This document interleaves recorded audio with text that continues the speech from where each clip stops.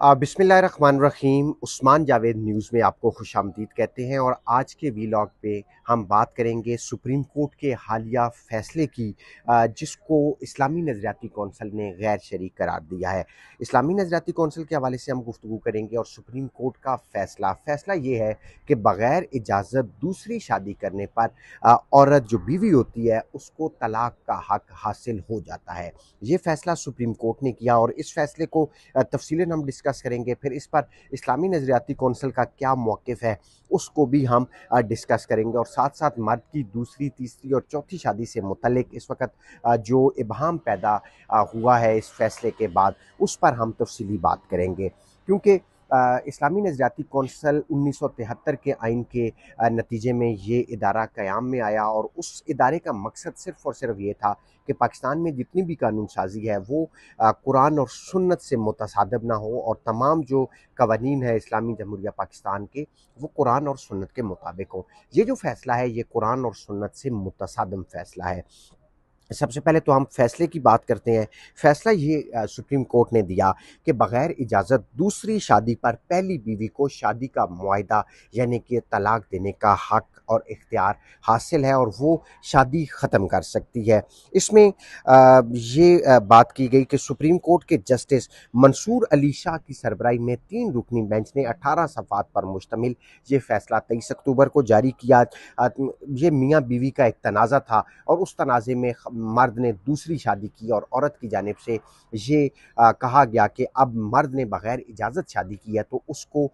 हक महर भी दिया जाए और फिर तलाक हासिल करने के लिए उसने अदालत से रुजू किया और इस मामले पर सुप्रीम कोर्ट का ये कहना है कि जो मर्द है उसने दूसरी शादी की, वो पहले से शादीशुदा था, एक खातून उसकी बीवी थी और उसने उसकी इजाज़त के बग़ैर दूसरी शादी की तो फिर औरत को तलाक का हक हासिल है। और 2 चीज़ें हैं, एक तो खुला का मामला है। खुला का मामला कुछ यूँ है कि एक औरत अगर अदालत से खुला के लिए रुजू करती है तो उसको हक महर सरेंडर करना पड़ता है, लेकिन ये तनसीख़े निकाह का जो मामला है इसमें औरत अदालत से रुजू करेगी और अदालत से रुजू करने के बाद उसका जो हक महर है वो सरेंडर नहीं होगा और हक महर के साथ ही उसकी शादी ख़त्म होगी। तो सुप्रीम कोर्ट ने इस हवाले से फ़ैसला दिया कि फिर औरत को ये इख्तियार हासिल हो जाता है कि वो शादी का मुआहदा ख़त्म कर सकती है। इस पर अगर हम बात करें तो फिर इस्लामी नज़रियाती कौंसल ने इस पर एक मुफस्सल जो है वो बयान जारी किया और हमसे चेयरमैन इस्लामी नज़रियाती कौंसल डॉक्टर राग़िब नईमी साहब ने गुफ्तगू की और उन्होंने गुफ्तगू करते हुए कहा कि जो औरत है उसको ये हक जो हासिल जो सुप्रीम कोर्ट ने दिया है वो शरअन ये गलत है और औरत को शादी का मुआहदा ख़त्म करने की इजाज़त नहीं है। इसके हवाले से उन्होंने क्या कहा? उन्होंने कहा कि सुप्रीम कोर्ट का बग़ैर इजाज़त दूसरी शादी पर पहली बीवी को निकाह ख़त्म करने का हक जो देने का जो फ़ैसला है वो गैर शरई है। इस्लामी नज़रियाती कौंसल ने इस फ़ैसले को गैर शरई करार दिया और कहा ये कुरान और सुन्नत से मुतसादम फ़ैसला दिया गया है।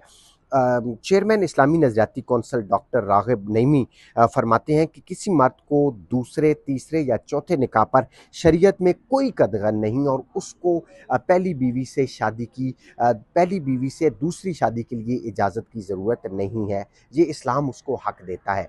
फिर इसके अलावा शोहर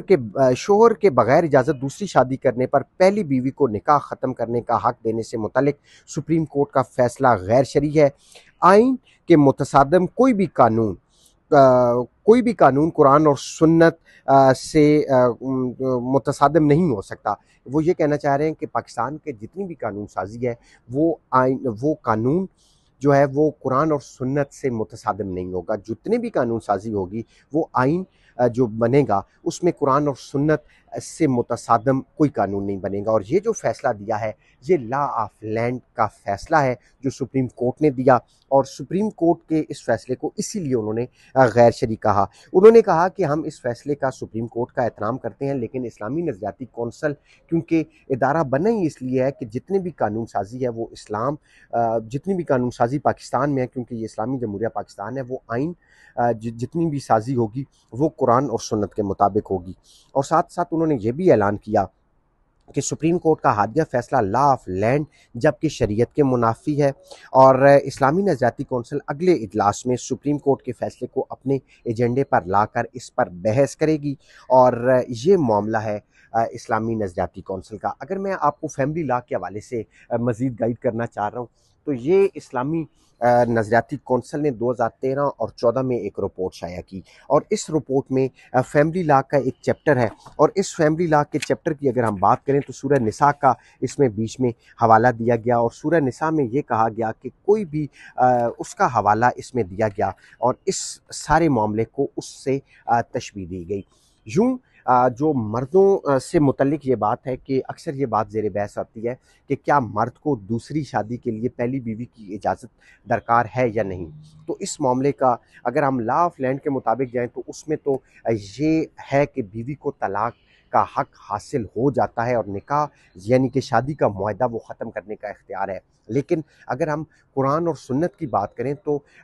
शोहर को दूसरी शादी करने के लिए पहली बीवी से इजाज़त दरकार नहीं है। अब इस मामले पर क्योंकि जो चेयरमैन इस्लामी नज़रियाती कौंसिल है, उन्होंने कहा है कि अगले इजलास के एजेंडे पर हम ये सुप्रीम कोर्ट का फ़ैसला लाएंगे और फिर उसके बाद भी हम ये फ़ैसला करेंगे कि आया हम सुप्रीम कोर्ट में इस केस के हवाले से नज़रसानी की दरख्वास्त दायर करेंगे या नहीं। ये इजलास में फ़ैसला होगा। लेकिन उन्होंने ये कहा कि हम क्योंकि इस्लामी जमहूरिया पाकिस्तान में रहते हैं, तो इस्लामी जमहूरिया पाकिस्तान में जो हमारा कॉन्स्टिट्यूशन है उसका प्रियम्बल ये है कि कोई भी कानून कुरान और सुन्नत से मुतसादिम नहीं होगा, और कुरान और सुन्नत की रोशनी में ही पाकिस्तान में कानून साजी होगी। तो आने वाले दिनों में इस इजलास में क्या फ़ैसला होगा, सुप्रीम कोर्ट से रुजू होता है नहीं होता, उस हवाले से हम आपको अपडेट करेंगे। लेकिन अभी ये जो फ़ैसला सुप्रीम कोर्ट ने 23 अक्टूबर को जस्टिस